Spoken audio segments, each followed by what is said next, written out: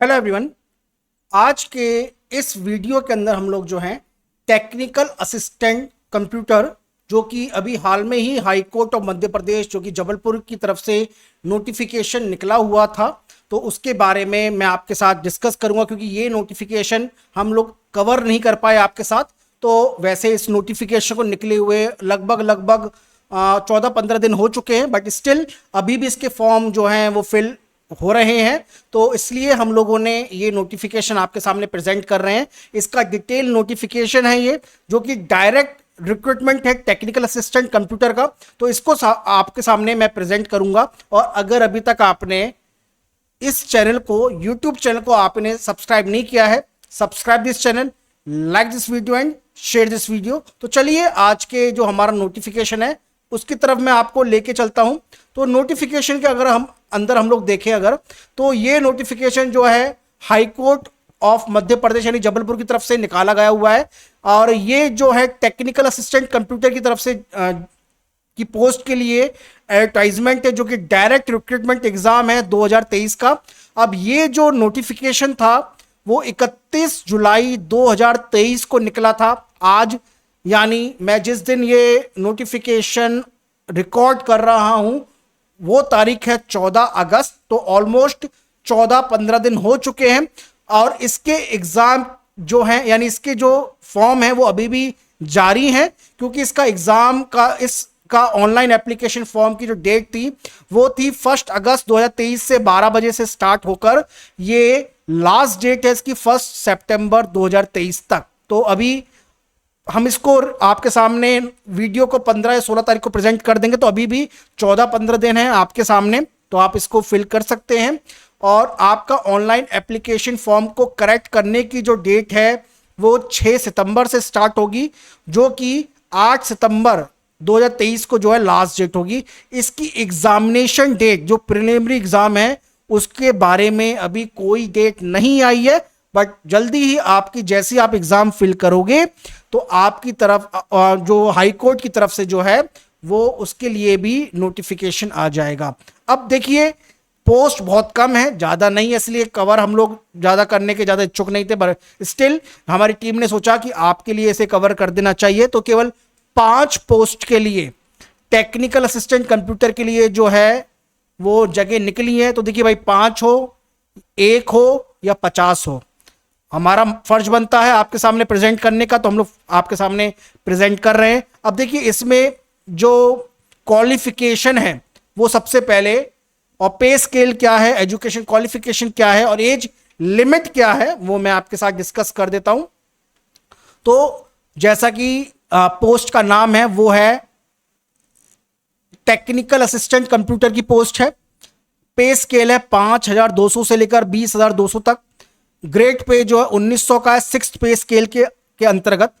अब इसमें आती है एजुकेशन क्वालिफिकेशन, वो बीसीए की डिग्री चाहिए यानी बैचलर ऑफ कंप्यूटर एप्लीकेशन, या फिर बीएससी भी चलेगा, पर बीएससी आपका या तो कंप्यूटर साइंस में होना चाहिए या फिर इलेक्ट्रॉनिक्स में होना चाहिए। और वो जो आपका बीएससी होगी वो, या जो भी बीएससी या बीसीए डिग्री होगी वो यूनिवर्सिटी रिकॉग्नाइज की जानी चाहिए यूजीसी के द्वारा। अब इसके अंदर आपका जो डिप्लोमा है कंप्यूटर साइंस का वो भी चलेगा, या फिर इलेक्ट्रॉनिक का डिप्लोमा भी चलेगा, पर वो डिप्लोमा जो है पॉलिटेक्निक कॉलेज का आपका होना चाहिए। याद रखिएगा कि पॉलिटेक्निक कॉलेज के स्टूडेंट जिन्होंने बीसीए या बीएससी के अलावा डिप्लोमा किया हुआ है वो भी जो है इस फॉर्म को फिल कर सकते हैं। बट इसके अंतर्गत एक जो है वो भी इसके अंदर एक और क्वालिफिकेशन चाहिए कि आपको 3 साल का एक्सपीरियंस चाहिए हार्डवेयर मेंटेनेंस का। ये बहुत इंपॉर्टेंट है। अगर आपके पास एक्सपीरियंस नहीं होगा तो आप फॉर्म को फिल नहीं कर पाएंगे। एज लिमिट चाहिए 18 से 35 साल के लिए, और आपकी उम्र जो है वो नापी जाएगी 1 जनवरी 2023 तक, यानी 1 जनवरी 2023 तक आपकी उम्र 18 और 35 के बीच में होनी चाहिए। अब बात आती है कि जो पोस्ट आई गई है वो पोस्ट की डिटेल क्या है। तो देखो, एक पोस्ट तो निकली है जबलपुर के अंदर, 2 निकली है इंदौर के अंदर, 2 निकली है ग्वालियर के अंदर, और इसलिए टोटल पोस्ट आती है 5। और इसके अंदर जनरल कैटेगरी में 3 पोस्ट है, एसटी की 1 है, एससी की 1 है, टोटल मिलाकर 5 पोस्ट जो हैं आपके हाई कोर्ट में निकली हुई हैं। क्लियर है? तो ये था सबसे इंपॉर्टेंट पार्ट, एजुकेशन क्वालिफिकेशन और नंबर ऑफ पोस्ट। अब बात आती है इसकी एलिजिबिलिटी को लेकर। तो देखिए एलिजिबिलिटी में वही बात की गई है कि जो भी नागरिक चुना जाएगा वो भारत का नागरिक होगा। एक से ज्यादा भाई हस्बैंड या वाइफ नहीं होंगे, अगर जिनके पास है तो आपके अपॉइंटमेंट को कैंसिल कर दिया जाएगा। इसके ऊपर बड़ी चर्चा चल चुकी है पहले भी, तो इसके बारे में मैं डिस्कस नहीं करूंगा। और बाकी का एक्सप्लेनेशन जो है यहाँ पे दिया गया है।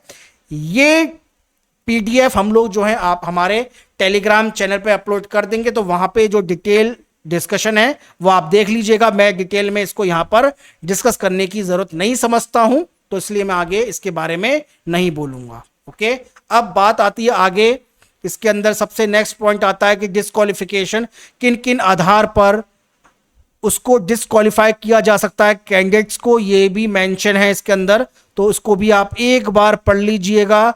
Use of unfair mean, unfair का मतलब होता है कि गलत कार्य से आप एग्जाम को बैठते हो या किसी भी प्रोसेस की प्रणाली के अंदर, जो भी एग्जाम की प्रणाली है उसके अंदर, तो किस आधार पर आपको रिजेक्ट किया जा सकता है ये भी दिया गया है। ऑनलाइन एप्लीकेशन फॉर्म किस तरह से भरा जाएगा ये मेंशन है, तो ये भी मैं पढ़ूंगा नहीं, बट याद रखिएगा ये जो फॉर्म है आपकी वेबसाइट www.mpHC.gov.in पर ये आएगा, यानी मध्य प्रदेश हाई कोर्ट की वेबसाइट पर ये आएगा, जिसके अंदर डायरेक्ट रिक्रूटमेंट का जो टैब है वहां पे आप जाएंगे। तो इसे फॉर्म को फिल करने से पहले आपको इसका एडवर्टाइजमेंट नंबर, रजिस्ट्रेशन एप्लीकेशन और एडिट एप्लीकेशन, ये 4 लिंक पर क्लिक कर करके देखना पड़ेगा। ओके, तो ये बात हो गई आपकी। अब हम लोग नेक्स्ट पार्ट आते हैं अपने डिस्कस करने के लिए कि एग्जामिनेशन की फीस कितनी है। तो देखिए भाई, जो अनरिजर्व कैटेगरी के उनकी फीस है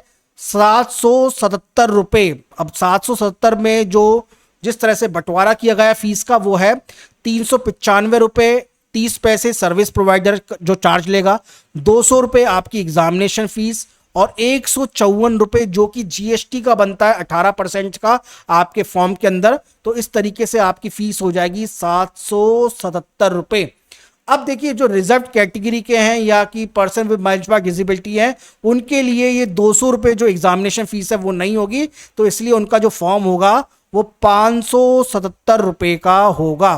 क्लियर है? तो ये बात मैंने आपके सामने यहाँ पे मेंशन कर दी। अब हम लोग जो है अपने नेक्स्ट पार्ट में आते हैं, तो ये है आपकी एग्जामिनेशन फीस। अब इसमें एडमिट कार्ड, भाई एडमिट कार्ड आपके एग्जाम से पहले 7 दिन पहले, प्रिलिमिनरी एग्जाम से पहले, तो देखिए प्रिलिमिनरी एग्जाम है, साथ में इसमें प्रैक्टिकल और इंटरव्यू भी होगा, तो उसके बारे में आप ध्यान रखिएगा।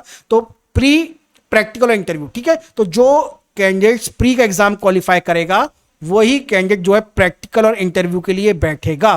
तो पहले प्री एग्जाम जो होगा यानी स्क्रीनिंग एग्जाम होगा, इसकी पहले डेट आएगी। जब आप इस एग्जाम को पास कर लोगे, प्री एग्जाम को पास कर लोगे, उसके बाद एक कट ऑफ आएगी और जो बच्चे वही कट ऑफ जो क्लियर कर पाएंगे वही प्रैक्टिकल और इंटरव्यू दे पाएंगे। डेट, टाइम, शिफ्ट और सेंटर के बारे में आपके सामने अलग से नोटिफिकेशन आएगा, आप उसको देख लीजिएगा। एग्जाम का पैटर्न और सिलेबस क्या रहेगा, जरा इसके बारे में मैं आपके साथ चर्चा कर लेता हूं, बात कर लेता हूं। 100 मल्टीपल चॉइस क्वेश्चन आएंगे, 2 घंटे का पेपर होगा और टेक्निकल असिस्टेंट एग्जाम यानी कंप्यूटर का जो है सिलेबस जो वो इन 5 भागों में बटा हुआ है।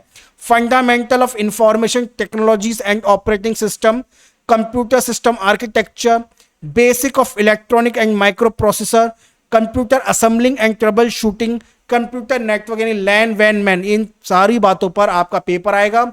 100 नंबर का पेपर होगा। इस तरीके से आपका ये जो है डिटेल सिलेबस है। मैं ज्यादा डीपली नहीं जा रहा हूं। इसका जो डिटेल सिलेबस इन टॉपिक्स में क्या क्या आएगा, इन सब्जेक्ट में क्या आएगा, वो भी मैं आगे के वीडियो में आपको बताऊंगा। ओके, अब प्री एग्जाम को क्वालिफाई जो करेगा वही कैंडिडेट जो है अपने इंटरव्यू के लिए बैठेगा। इसमें लिखा हुआ है कि कितने परसेंटेज मार्क्स आपके लिए होने चाहिए। 60% जनरल कैटेगरी, 60% जो है आपका जो है दिया गया कि schedule caste and schedule tribe के लिए, और 55% जो है मतलब अनरिजर्व कैटेगरी के लिए 60% है, और जो बाकी SC ST कैटेगरी और जो दूसरी कैटेगरी में आते हैं उनके लिए 55% है। प्री में नंबर लाना जरूरी होगा। ओके, जो बच्चा, जो कैंडिडेट्स प्री एग्जाम क्वालिफाई कर लेगा वही जो है इंटरव्यू के लिए बैठेगा और प्रैक्टिकल एग्जाम को दे पाएगा। अब देखिए, मैं आपके सामने जो प्रैक्टिकल एग्जाम होगा कितने नंबर का होगा और इंटरव्यू कितने का होगा ये भी मैं आपको बता देता हूं। तो प्रैक्टिकल नंबर आपका होगा 30 नंबर का, इंटरव्यू होगा आपका 30 नंबर का। जो कैंडिडेट प्री का एग्जाम क्वालिफाई करने के बाद ही इसको दे पाएगा, और जो फाइनल रिजल्ट बनेगा आपका वो आपका प्रैक्टिकल और इंटरव्यू के नंबर के आधार पर होगा। ठीक है, कम से कम 40% का एग्रीगेट होना चाहिए कम से कम प्रैक्टिकल एग्जाम में और इंटरव्यू में। तो उन्हीं कैंडिडेट्स को जो है उनके बारे में आगे जो है उनके बारे में फाइनल रिजल्ट जो है मेंशन होगा। तो ये था आपका पूरा का पूरा डिटेल में। वेटिंग लिस्ट भी आएगी, इवैल्यूएशन आप कर पाओगे और कितने कैंडिडेट जो है आपके जो मार्क्स होंगे वो भी जो डिटेल में आप इसमें देख पाएंगे। ट्रैवलिंग एक्सपेंसेस कुछ भी नहीं है, और भी किसी भी तरह की कोई जो बातचीत होगी आपके साथ वो नोटिफिकेशन के द्वारा आपके साथ की जाएगी। आरटीआई फिल कर सकते हैं। तो ये सारी बातें जो हैं वो इतना इंपॉर्टेंट नहीं है, बट जो इंपॉर्टेंट था वो आपके साथ मैंने डिस्कस कर लिया। तो ये आपके नोटिफिकेशन के बारे में था। आई होप आपको ये जो है वीडियो अच्छा लगा होगा। तो वीडियो अच्छा लगा हो तो भाई लाइक करना, शेयर करना मत भूलिएगा। तो मिलते हैं आपसे एक और इंपॉर्टेंट वीडियो के साथ नेक्स्ट वीडियो में। Thank you.